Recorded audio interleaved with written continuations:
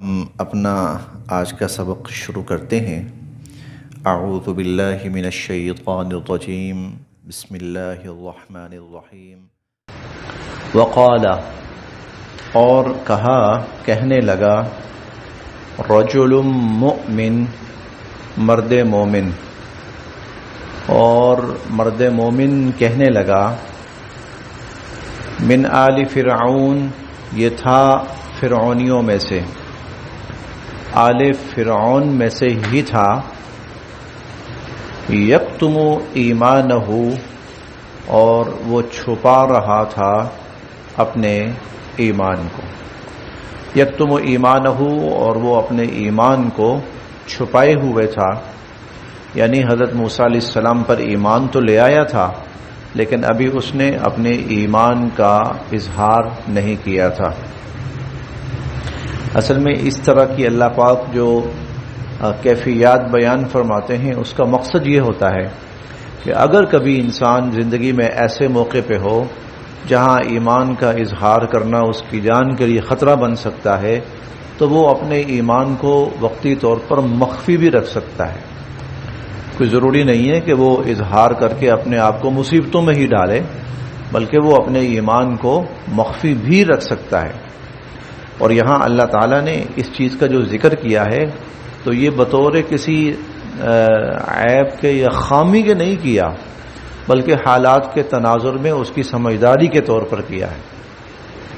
وقال رجل مؤمن، اور ایک صاحب ایمان شخص کہنے لگا، من آل فرعون، اور وہ آل فرعون میں سے تھا، یکتم ایمانہ، اور وہ اپنے ایمان کو چھپائے ہوئے تھا، کہنے لگا، اتقتلون، کیا تم قتل کرو گے، رجلا، ایک شخص کو، اتقتلون رجلا، کیا تم ایک ایسے شخص کو قتل کرو گے، ان یقولو، کہ وہ کہتا ہے، ربی اللہ، میرا رب اللہ ہے۔ اس بنا پر کہ ایک شخص کہتا ہے کہ میرا رب اللہ ہے، تم اسے قتل کرو گے؟ کیونکہ پچھلی آیات میں ہم نے پڑھا ہے کہ فرعون نے کہا تھا کہ ذرونی اقتل موسیٰ، مجھے چھوڑو میں موسیٰ کو قتل کرتا ہوں۔ تو وہ کہنے لگا، اب اس نے سمجھا کہ تھوڑا سا مجھے میدان میں آنا چاہیے، بات کرنی چاہیے، تو وہ کہنے لگا، اتقتلون رجلا، کیا تم ایک آدمی کو قتل کرو گے، ان یقولا، کہ وہ کہتا ہے، ربی اللہ، کہ میرا رب اللہ ہے، وقد، اور جب کہ جاءکم، وہ لا چکا ہے تمہارے پاس، بالبینات، بڑی واضح نشانیاں، من ربکم، تمہارے پروردگار کی طرف سے، وقد جاءکم بالبینات من ربکم، حالانکہ وہ تمہارے پروردگار کی طرف سے بڑی واضح نشانیاں تمہارے پاس لا چکا ہے۔ کہنے کا مطلب یہ تھا کہ یہ نشانیاں اتنی واضح ہیں کہ جس سے ثابت ہوتا ہے کہ وہ اللہ کا نبی ہے، واقعی وہ اللہ کا نبی ہے، اور وہ جو اللہ کو رب العالمین کہتا ہے تو اس کی نشانیاں اور اس کے دلائل اتنے واضح ہیں اور اتنے مضبوط ہیں کہ واقعتاً اللہ کا رب ہونا ثابت ہوتا ہے، تو وہ تو اپنی ہر بات میں سچا ہے، تو تم ایسے شخص کو قتل کرو گے۔ مکہ میں کفار نے بڑی کوشش کی کہ حضور علیہ الصلوۃ والسلام کی دعوت کو کسی طرح وہ دبا دے اور اس کو ناکام کر دے۔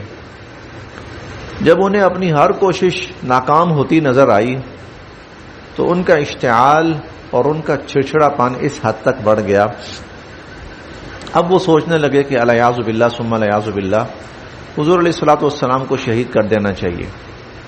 تو ایک دن خانہ کعبہ کے اندر، یعنی جو مطاف کی جگہ ہے، وہاں پر حضور علیہ الصلوۃ والسلام تشریف فرما تھے، قرآن پاک کی تلاوت فرما رہے تھے، تو عقبہ بن معیط اتنا وہ غضبناک ہوا کہ اس نے حضور علیہ الصلوۃ والسلام کی گردن مبارک میں رسی اور چادر کپڑا سا اور چادر سی وہ ڈالی اور کئی دفعہ کھینچا حضور علیہ الصلوۃ والسلام کو، اور پھر اس کو زور سے یوں کپڑے کو نا حضور کی گردن میں ڈال کر، یعنی اتنا کہ یوں لگتا تھا شاید حضور کا سانس رک جائے گا، آپ کا نا یوں آنکھیں جیسے باہر کو نکل آتی، یہ کیفیت ہو گئی تھی۔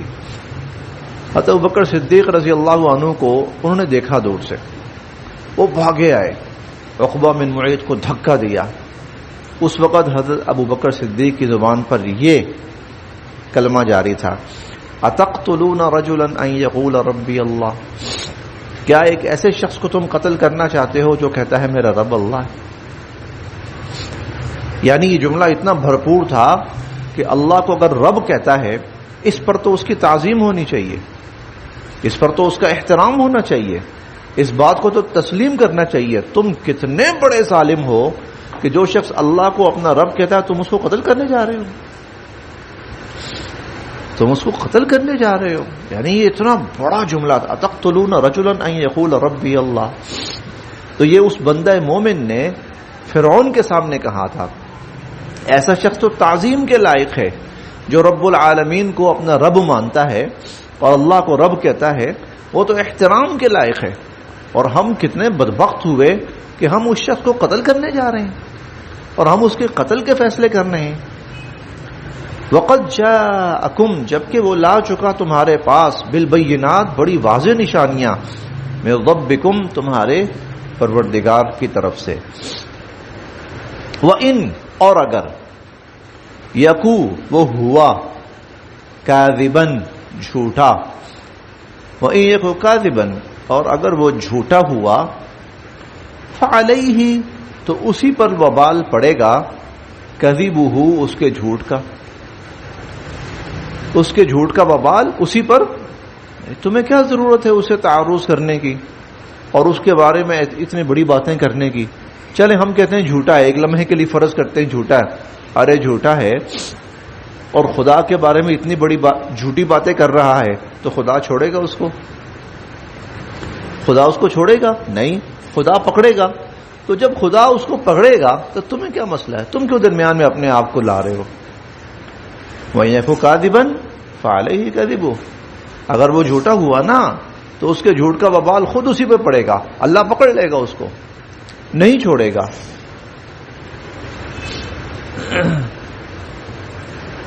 اور یہ جملہ سمجھ میں آ جائے تو جملہ بہت بڑا ہے۔ جھوٹا اپنا جھوٹا انسان جو ہوتا ہے نا، وہ اپنا کیا بھگت کے رہتا ہے، اس کا وبال اور اس کی مصیبت اس پہ پڑ کے رہتی ہے، اس کا جھوٹ، کیونکہ جھوٹ پر اللہ کی طرف سے لعنت کے الفاظ ہیں، جھوٹ پر اللہ تعالیٰ کی طرف سے لعنت کے الفاظ ہیں، تو جو شخص جھوٹ بولتا ہے نا تو اس کو لعنت اس پر پڑ کے رہتی ہے۔ وَإِن یکو کاذبًا فعلیہ کذبہ، سچائی انبیاء علیہم السلام کی صفات میں سے، سچائی انبیاء علیہم السلام کی صفات میں سے، اسی لیے نبیوں کا ذکر ہوا ہے صادقہ، صادقہ، صدیق، صادق، یہ نبیوں کا ذکر ہوا۔ اور حضور علیہ الصلوۃ والسلام معروف تھے نبوت سے قبل الصادق کے نام سے۔ صداقت، سچائی بہت بڑی صفت ہے، بہت بڑی خوبی ہے۔ انبیاء علیہم السلام کی جو بڑی ایک پہچان صداقت ہوتی ہے کہ سچے ہوتے ہیں، وہ سچے ہوتے ہیں۔ اور یوسف علیہ السلام کو جب جیل میں ڈالا گیا تھا نا، تو وہ آیا تھا، ہم 12ویں پارے میں پڑھ کے آئے کہ جس کو کہا تھا نا کہ تو بچ جائے گا، وہ دو قیدی، ایک کو سولی پہ لٹکا دیا گیا اور ایک نے بچ جانا تھا۔ جس نے بچ جانا تھا تو اسے کہا کہ بھائی اپنے بادشاہ کے پاس جب جانا نا تو اذکر عند ربک، تو بادشاہ کے پاس میرا بھی ذکر کرنا کہ بے گناہ بندہ اندر قید ہے، جس طرح تو بے گناہ ہے نا، قید ہے، تو اسی طرح میں بھی بے گناہ ہوں، تو رہا ہو جائے گا، تو میرا بھی ذکر کرنا۔ تو اللہ کی حکمت یہ ہوئی کہ کچھ عرصہ یوسف علیہ السلام جیل میں رہے. بادشاہ نے خواب دیکھا، تعبیر کوئی نہیں بتا سکا. اس قیدی کو یاد آیا، او ہو، وہ تعبیر تو وہ بندہ بتاتا ہے جو جیل میں ہے. تو وہ جب آیا نا یوسف علیہ السلام کو لینے کے لیے، تو اس نے آ کر اعلان کرتے ہوئے کہا، یوسف ایھا الصدیق، سچے انسان، ارے سچے انسان، ارے یوسف سچے انسان. یہ صداقت انبیاء، سچائی انبیاء علیہم السلام کی بنیادی صفات میں سے، اور ان کی نمایاں صفات میں سے. اور جھوٹ جو ہے وہ انبیاء علیہم السلام کے قریب سے بھی نہیں گزرتا. وہ اللہ کے ہاں ناپسندیدہ ترین عمل ہے. وَإِن يَكُ كَاذِبًا، اگر وہ جھوٹا ہوا، فَعَلَيْهِ كَذِبُ، تو اس کے جھوٹ کا وبال اس پر پڑ کر رہے گا. ہاں، وَإِن يَكُ صَادِقًا، وَإِن، اور اگر، یکو وہ ہوا، صادقہ سچا، اور اگر وہ سچا ہوا، یصبکم، تو پھر وہ تم پہ لا کے رہے گا، وہ تم پر لا کے رہے گا، بعض کچھ، الذی وہ، یعیدکم جس کی وہ تمہیں وعید سنا رہا ہے. جس کی وہ تمہیں وعید سنا رہا ہے نا، پھر لگتا ہے اس میں سے کچھ نہ کچھ وہ تم پر لا کر رہے گا. تو کیوں اپنے لیے مصیبت کھڑی کرتے ہو؟ وہ جھوٹا ہوا تو اس کا جھوٹ اس کو خود ڈبوئے گا، اور اگر وہ سچا ہوا تو اس کی سچائی تمہیں مار ڈالے گی. ان اللہ، بے شک اللہ تعالی، لا یہدی نہیں ہدایت دیتے، من ہوا جو مسرف حد سے بڑھنے والا ہو، کذاب جھوٹا ہو. اگر موسیٰ علیہ السلام جھوٹے ہیں تو پھر اللہ کی طرف سے کوئی ہدایت نہیں ملے گی ان کو. یا قوم، اے میری قوم، یا قومی، اے میری قوم، لکم تمہارے لیے، الملک بادشاہت ہے، الیوم آج تمہیں بادشاہت میسر ہے، ظاہرین تم غالب ہو، فی الارض زمین میں، اور تم زمین میں غالب ہو. فمن کون، ینصرنا ہمیں بچائے گا، من بأس اللہ کے عذاب سے، ان اگر جاءنا اگر وہ عذاب ہم پر آ گیا. اگر وہ عذاب ہم پر آ گیا تو اللہ کے عذاب سے ہمیں کون بچائے گا.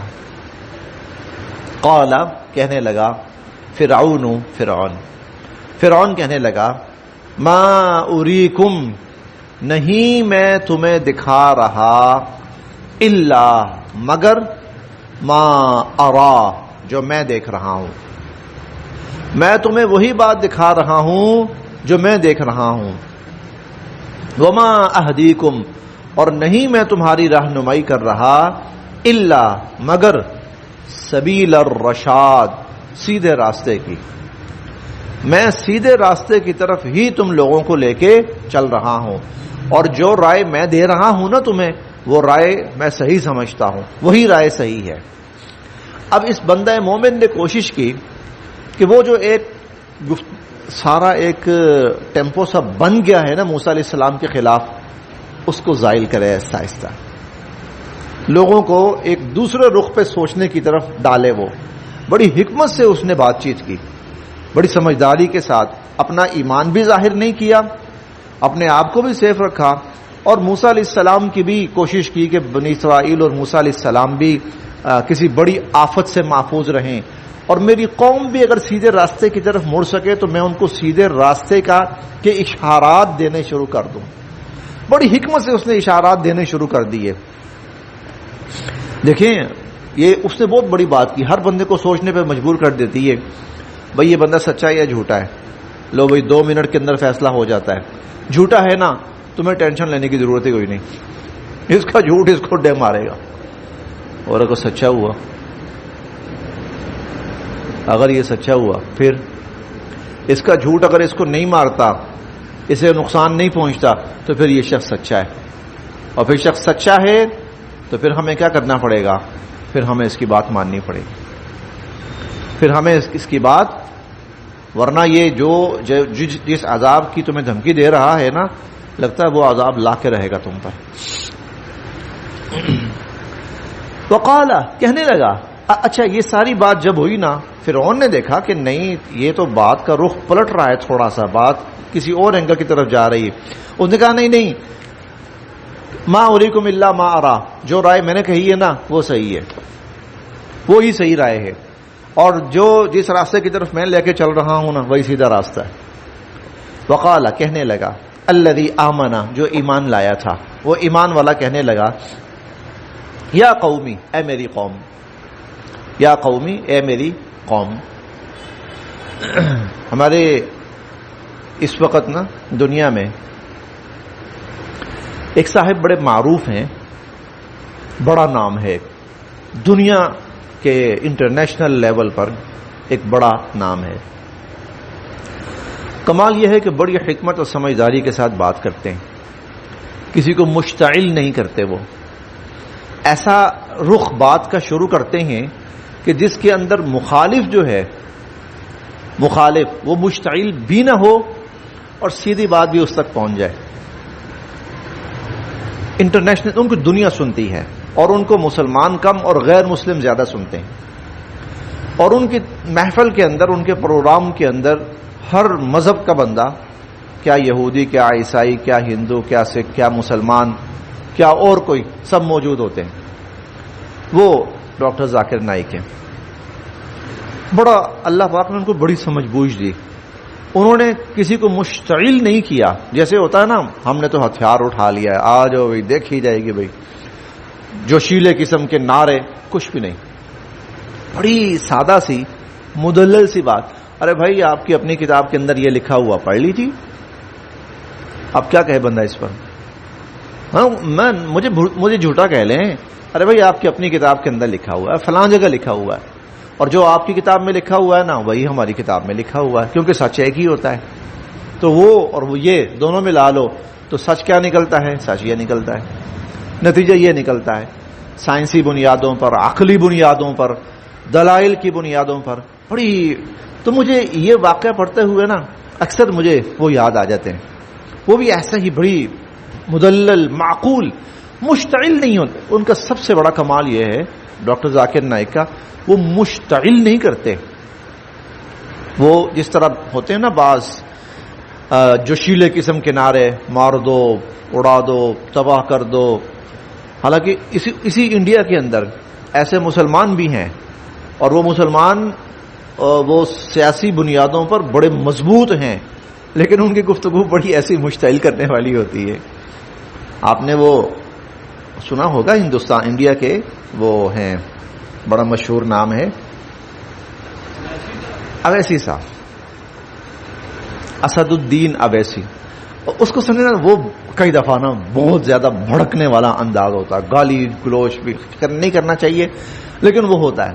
لیکن دوسری طرف وہ تلخ ترین سوال آتے ہیں ذاکر نائک کے سامنے، لوگ اس کو برا بھلا کہتے ہیں، گالی گلوچ کرتے ہیں، اس کے سامنے کھڑے ہو کر نا اس کو اشتعال دلاتے ہیں. وہ ہنستے ہوئے جواب شروع کرتا ہے. میرے بھائی، میرے بزرگ، میری بہن، کیوں؟ اس لیے جس طرح وہ مرد مومن کفر کے گڑھ میں کھڑا ہوا تھا، ذاکر نائک بھی کفر کے گڑھ میں کھڑا ہوا. جیسے وہ شرک کے گڑھ میں کھڑا ہوا تھا، اسی طرح یہ بھی شرک کے گڑھ میں کھڑا ہوا. یہاں حکمت و دانائی یہ بہت ضروری ہوتی ہے، مشتعل نہ ہونا، دلائل کو سامنے رکھ کر حسن سلوک کے ساتھ. اور اس کا دنیا نے نتیجہ دیکھا ہے. دنیا نے اس کا نتیجہ کہ دنیا اسلام کو سیریس لینا شروع ہو گئی ہے، دنیا اسلام کو سمجھنے کے لیے تیار ہونا شروع ہو گئی. وقال الذی آمنا، کہنے لگا وہ شخص جو ایمان لایا تھا، یا قومی، اے میری قوم، انی، بے شک میں، اخاف، ڈرتا ہوں، علیکم، تمہارے بارے میں، مثل یوم الاحزاب، مثل جیسا، یوم دن، الاحزاب پہلی جماعتوں پہ آیا، اس جیسے دن سے جو پہلی جماعتوں پہ آیا.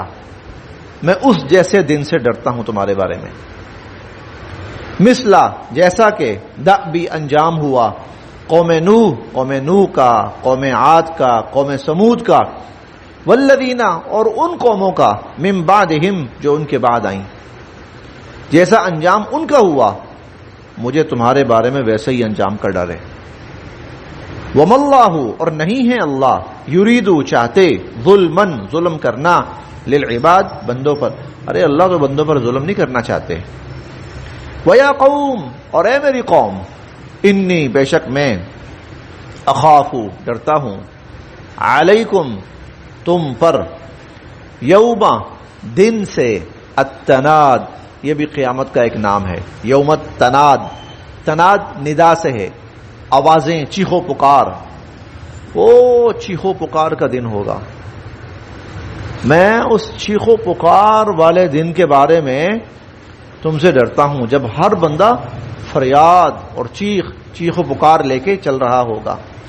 یوم جس دن، تولونا تم پھیر دیے جاؤ گے، مدبرینا پیٹ پھیر کر، جس دن پیٹ پھیر کر تم پھیر دیے جاؤ گے، پشت کے بل تم پھیر دیے جاؤ گے، ما لکم نہیں ہوگا تمہارے لیے، من اللہ سے، من عاصم کوئی بچا سکنے والا، تمہیں اللہ سے کوئی بچا سکنے والا نہیں ہوگا۔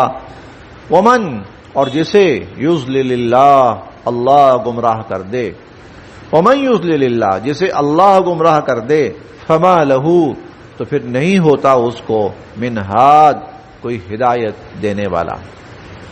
یہ جو اس نے باتیں کی ہیں نا، یہ ایسا نہیں تھا کہ ایک ہی جگہ موسیٰ علیہ السلام نے بات کی اور اس نے ساری تقریر جھاڑ دی، نہیں، مختلف جگہوں پر، مختلف مواقع پر، مختلف محفلوں میں، مختلف مجلسوں میں، مختلف انداز سے، جہاں جیسا انداز مناسب لگا اس انداز میں اس نے بات کی۔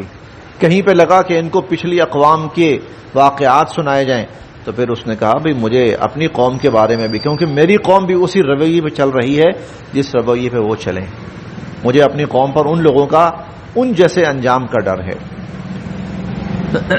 وَمَن يُضْلِلِ اللَّهُ اور جسے اللہ گمراہ کر دیں، فَمَا لَهُ مِنْ هَادٍ اسے پھر کوئی ہدایت دینے والا نہیں ہے۔ بس جی آج یہاں تک۔